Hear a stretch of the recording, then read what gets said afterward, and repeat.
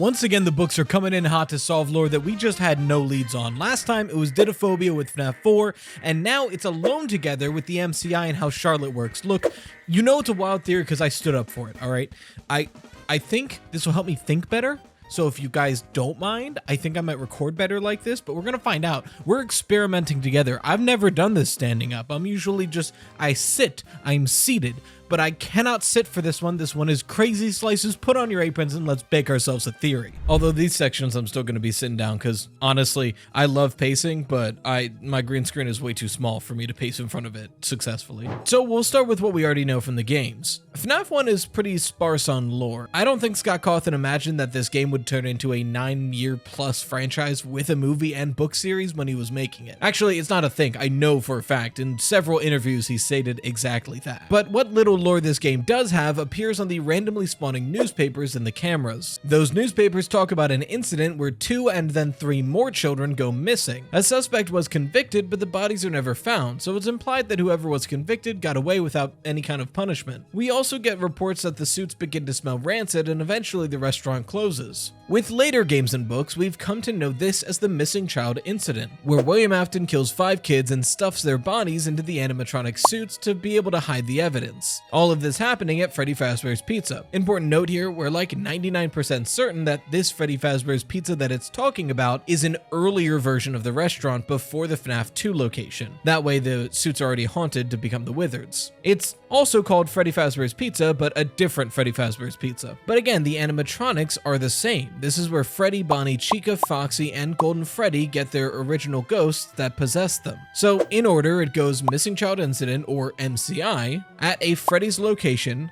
then FNAF 2 happens, and then FNAF 1 happens presumably sometime after that. But the Wizards isn't all that FNAF 2 showed us, because the FNAF 2 minigames began to give us a small glimpse into how those suits became possessed in the first place. The Give Gifts, Give Life minigame shows the puppet giving 4 seemingly dead children all a gift and then an animatronic mask. Once all 4 are put on, Golden Freddy jumpscare happens in the middle with presumably a 5th dead child where it spawns. Now this is confirmed later in FNAF 6 to be the working of Charlotte Emily, the dead daughter of Henry Emily, the co-creator of Fazbear Entertainment. We get direct confirmation of this in his speech at the end of FNAF 6. Not my daughter. I couldn't save you then. So let me save you now. It's time to rest, for you, and for those you have carried in your arms. But we never really get how this works. The answer was always, she just knows how to do this and does it anyway. But I think that figuring out exactly what's going on here as she's shepherding these souls will not only help us figure out the MCI, but it might even help us solve some of the more cryptic parts of the lore. Specifically things like The Happiest Day, FNAF World, even Golden Freddy to an extent. And to figure this out, the new FNAF book slots perfectly into our evidence. Man, these woods just go on forever. I'm collecting pages, but I feel like nothing's changing. Oh, well, here's another one.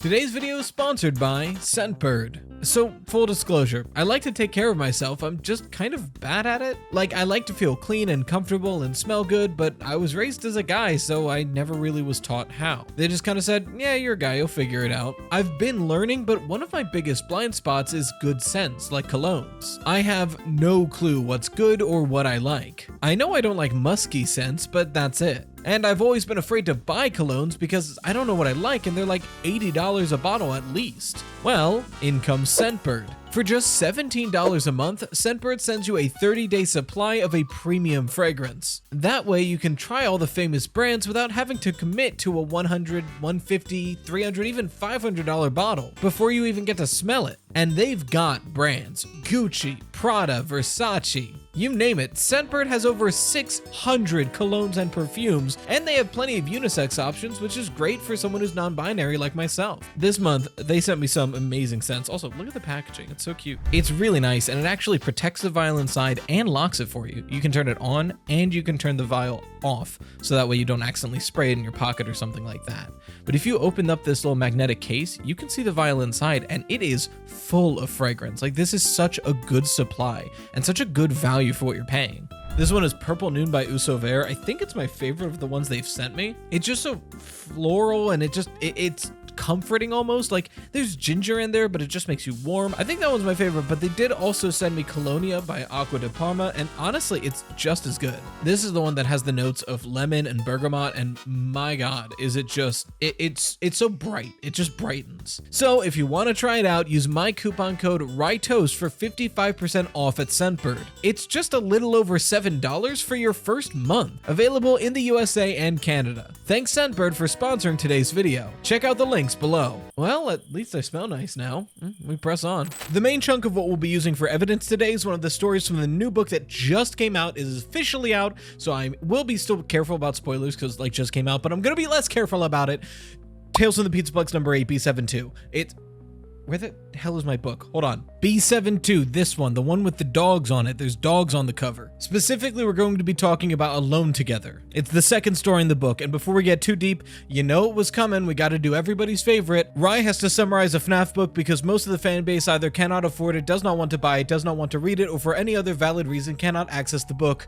Time. Luckily, the summary will be very quick. Y'all ever see The Sixth Sense? It's that. Anyway, so moving on. No, okay, but for real, Alone Together follows this kid named Travis, right? Nobody likes him, relatable. But his classmates like straight up actually ignore him. Like nobody pays attention to this kid. His dad barely talks to him. Realistically, the only good conversation this kid gets in his life is when he talks to his grandmother occasionally when he's coming home from school. Partway through the story for his woodworking project, Travis wants to make a mechanical Turk. Now, if you don't know what that is, nobody does. The book had to explain it like 4 times. Essentially, it's this old cabinet that had a chessboard on top and a little automaton that would play chess for you. Now this is really old, and it's really old because it's not actually something that works. It was an illusion where someone would hide in a hidden alcove of the cabinet and play chess, but it was like a very early magic trick. Regardless, he thinks it's really cool and he wants to make one, with Sun being the little automaton that would play chess. He starts doing research on this, but he starts getting these weird like thoughts and memories that aren't his, and he gets confused, and there's like he'll get deja vu for things that he hasn't done yet, and he gets this very tight pain in his chest kind of often. He asks his grandma about it, and she tells him that it's likely a ghost attached itself to him and needs help moving on. Now, Slices, this is the really important part of the story, so pay attention to this. His grandma gives us the steps of ghost possession as well as what it takes for a ghost to move on. The steps are as follows. 1. You start to have funny dreams and flashes of memories that are not yours. It's like they possess your thoughts when they're near. 2. You can feel chills or a tingle on your arm or back when they're around. 3. There could be sudden movements of objects or sounds out of the blue. 4. If they really attach themselves to you, sometimes you can hear thoughts in your head as if the ghost is talking to you. 5. And if you are really gifted, and this is pretty rare, you might even see the ghost with your own eyes. And like I said, that's not the only important thing we get here, because we also get how a ghost moves on in this universe. Quote, "Yep, if it is a ghost," she told him, "your ghost may have died at your school, Trav. He might need you to help find him so he can move on. He could be trapped in that thingamajig waiting to be discovered. Wouldn't that be something?" And before that, she goes more in depth with, "A woman who had died many years ago in my daddy's land, most ghosts linger around the place they died, especially if their remains are undiscovered. They travel around the places that are familiar to them." The rest of the story is Travis just trying to find the body of this ghost so the ghost will leave him alone, and spoiler alert, he finds his own body dried up and dead in that mechanical Turk. That's why his entire school, except for like one person, wouldn't talk to him or look at him. He literally was invisible. That's why his dad barely talked to him. He was mostly talking to himself in grief over Travis. The final important thing to note here is that when Travis does find his body, of course he's scared and confused at first, but then all of his memories come back and he feels finally at peace. He remembers how he died, he remembers what he's been doing, he remembers that his grandmother is also dead and that's why she can talk to him. For the first time in a long time, Travis is happy, and then the story ends. Yeah, I gotta be honest here, this story is not scary at all, but it is incredibly depressing. But I feel like some of you already see where I'm going to go with this, so there's no sense in beating around the bush here. I think this book tells us exactly how Charlotte Emily helped the MCI kids, even how she created the happiest day, and I think it settles a minor debate that I've seen going on in the fanbase. What does the puppet exactly do with the MCI kids? Alone Together's entire plot is a ghost needing to find its body to be able to find peace. Not necessarily move on, but at least rest. This story, in my opinion, makes it pretty clear what Charlie does as the puppet. I've seen some speculative debates on whether or not Charlie was actually the one to stuff the bodies into the animatronic suits, or if she just gave life to those animatronics. Because of this new book, I think that second one is much closer to the truth. I think Charlie was the one leading the spirits to find their bodies so they could find peace. Sure, we have to wonder why she's sticking around in the first place, but I think Travis's grandmother gives us the answer to this. She states, in a cryptic way as to not blow Travis's mind, that she had already found herself. In other words, she knows that she's dead and her body has been found. She simply remains in this world to be able to visit old friends and speak with Travis. So in this universe, it seems that ghosts can stay around, they just are more inclined to if their body remains unfound. So with all that in mind, let's paint a picture of what likely happened using this book. Then we'll circle back for FNAF World and Golden Freddy and all that stuff. Charlie is killed outside of a Freddy's location, the marionette shutting down on her because of the rain. She's left outside and in public, and because of that, she's found pretty much immediately. Her spirit can move on if she chooses, but she doesn't. She doesn't have to move on even though her body was found. And like the character encyclopedia states, hold on. Yeah, it's been here the whole time. I don't know if y'all knew that. Charlotte's spirit lingers on as more spirits are still trapped inside metal prisons and Afton is still present, which is why she is still active in Pizza Simulator inside of Lefty. If she senses that William Afton is still around and able to do stuff, then she will remain to try to stop him from doing stuff. Charlie tries to reach out to her father to no avail. For a long time, there's nothing she can do until William starts killing again. This time he kills 5 children and he stuffs their bodies into animatronic suits. This way, even though he's convicted for the children going missing, the bodies are never found and he gets off scot-caught free. But when those spirits start to materialize on the other side, they're lost and confused. They don't even realize they're dead, they're just wandering the pizza place as if it was any normal day. They're just a little ticked off that a lot of people don't seem to even recognize that they're there. Charlie is the one that helps them. Her giving gifts and giving life is leading those ghosts to find their own bodies in the animatronics. This not only gives them peace of mind, but allows them to start manipulating the animatronics in question. At least in some limited way. We see this process more thoroughly in the Happiest Day minigames. These minigames aren't literally happening, nor do I think that Charlie is manipulating an arcade game to get this accomplished. We're seeing a recreation through these minigames of Charlie going through the pizzeria and finding those lost souls, letting them know that in fact they're dead. And that's why everything doesn't make sense, and that's why everything's terrible.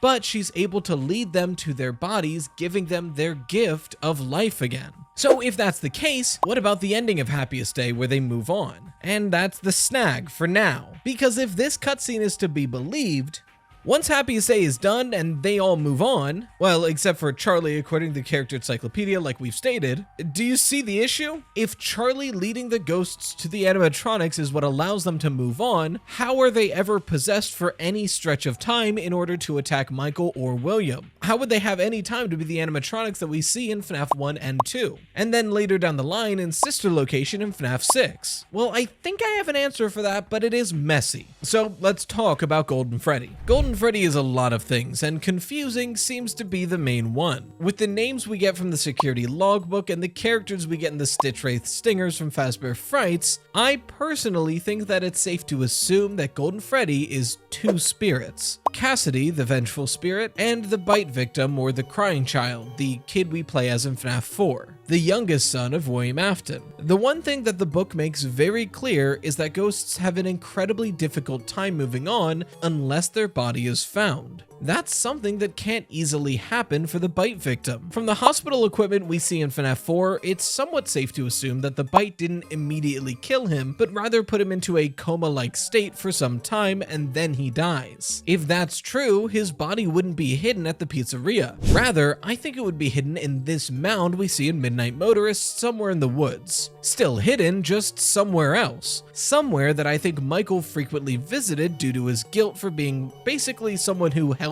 kill his brother. And that's what we're seeing in Midnight Motorist. Michael frequently breaking out of the house to go visit the bite victim's grave. Just like Charlotte's staying if William is still around, I think that the rest of the MCI kids also stick around for some time just to help the crying child move on. We kind of see this in the Happiest Day where it looks like they're all working together to help the crying child. I think this is what happens now. And I think it's even possible that Cassidy is able to rope Michael into helping them, which is where I think FNAF World comes in. I'm not kidding. Okay, bake with me here because I think I have the full story of the MCI kids, Charlotte, Michael Afton, and how they all help the crying child move on. We go back to Happiest Day, but we stop just short of it. Charlotte is able to help the missing child incident kids find their bodies and find peace, but she can't find the crying child's body anywhere. They search the pizzeria, but to no avail. The search goes on and on, but they just can't find him here. They've got no leads. No one really knew this kid anyway, and he can't remember anything about himself because he doesn't have his body. But just then,